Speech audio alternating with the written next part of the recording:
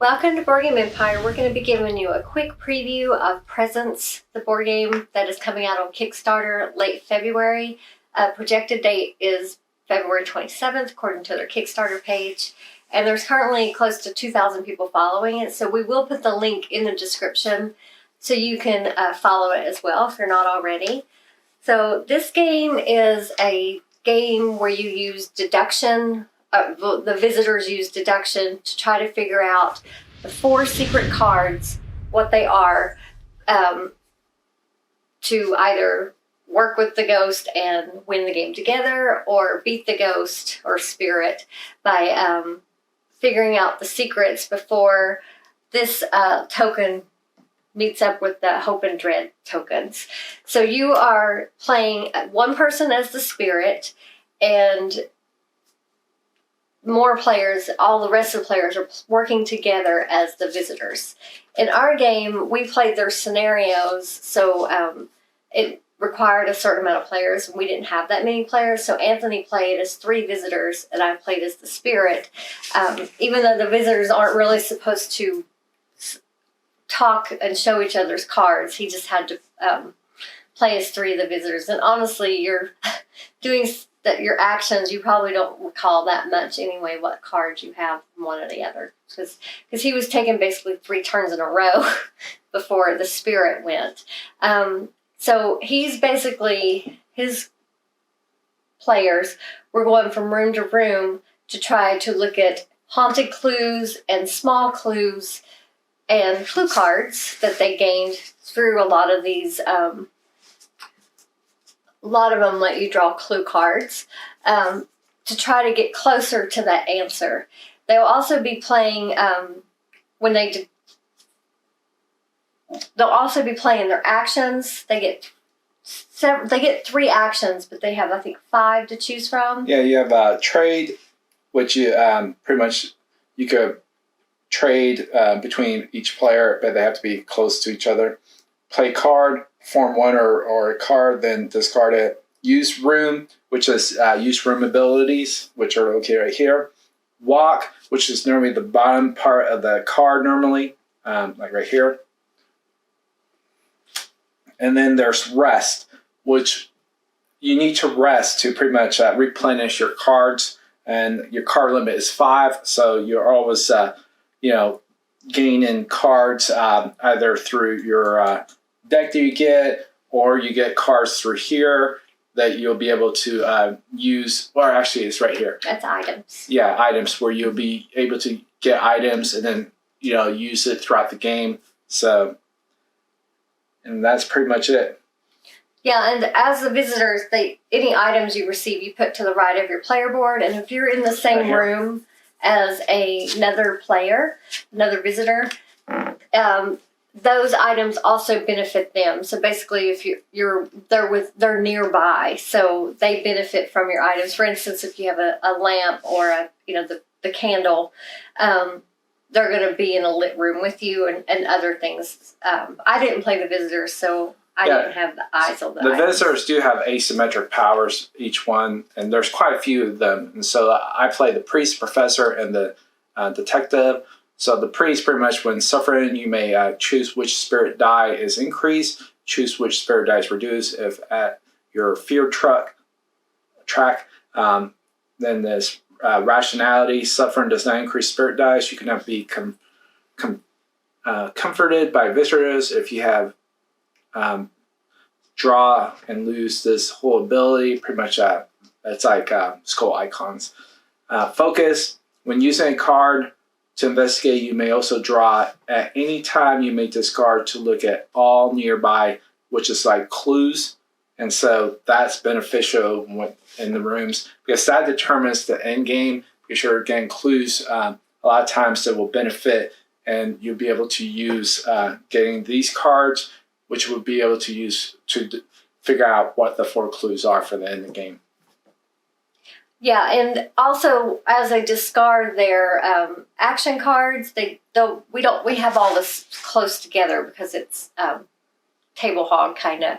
They'll be discarding those action cards underneath the secret board, under the one of the 4 different columns, they're basically hedging their bet that that card is the same symbol as in the upper left of the whatever card they put underneath. And when a card is revealed, they could either gain a benefit or get punished based on how many they have of that the correct symbol under that card. So they're trying to get as many of those as they can underneath those before I reveal them as the spirit. And they are ways that they are cards that make the spirit reveal a card. So they can hold off on that if they want when they get it. I think it wasn't in this deck. Yeah. If they want to hold off on that, they can play those whenever they want. It's basically clue cards are part of your hand until you use them. It is part of your hand limit. You have a hand limit of 5. So if you are holding back clue cards, you won't be able to draw as many action cards when you rest. But yeah, you can save those for when it's more of a beneficial time for the spirit to turn over that card. Now the clue cards are death, suffering. Death is like a coffin, suffering is a heart, tragedy, and then betrayal. And so those are the 4 different ones. And you're going to want to put them, because here it indicates, because whatever where you put it also determines if you get it wrong or right. It will also move the counters, those counters. Yeah, the hope and dread. Yeah. Plus, you could kind of use the deduction in this sense. You can tell how many are in the deck of that type. So if you find yourself getting a lot more of one type and just a few of another, that would be a good guess that the one that you have fewer of is probably under the one that has said there's only 3 of those. So it's you use that as part of the deduction, and of course the visitors will be seeing clues to help get them closer to the answer. Meanwhile, the spirit also takes turns. They have I'm bad about remembering the names of things. The spirit power cards, which they have 4 cards. They can play all of them that they want. And the way they play them is determine how many pips are on these dice. Some cost 2, some cost 3 pips, some cost 1. So if your presence is too low, you can't play some cards. You can discard cards to do actions as the spirit. And it all depends on what your spirit script card says, depends on whether you're good or bad. So if you're good, you win with the visitors. If you're bad, you're working against them, but you're trying to trick them and make them think that you are working with them, because you don't want them to know that you're against them. You want them to think that you're working with them. But so if I'm working with them and they guess all 4 before these match up, then we all win. However, if I'm the not working with them, if they don't reveal them and these match up, then I win. So explain the whole thing. And you can change if at certain points this is revealed once these match up. So also I might actually turn bad if we didn't win. I have a new agenda. So and this goes up this timer goes up at the end of each round. I think you play 9 rounds. Yeah. You'll be refreshing at the end, and part of it is moving this up. All during the game, these will be moving up and down based on cards that come out. So you're as visitors, trying to keep those from meeting up with this until you're ready for, or hopefully you'll be able to reveal those before that happens.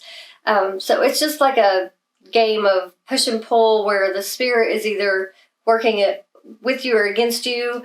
You're constantly placing these haunted clues and small clues throughout rooms, up on your pips, playing your cards. The spirit, in my opinion, doesn't feel like you are, I guess you are a ghost, so you do feel like a ghost in the game. That's, to me, I felt like the visitors have way more actions than the spirit, in my opinion. Maybe it's just the way I played it, but I mean, pretty much you're doing not that many things, and you're just basing it on these cards, and you're trying to, trick them thinking you're making sure they don't really know whether you're good or bad. So, but you do want to make it look like you're helping them either way.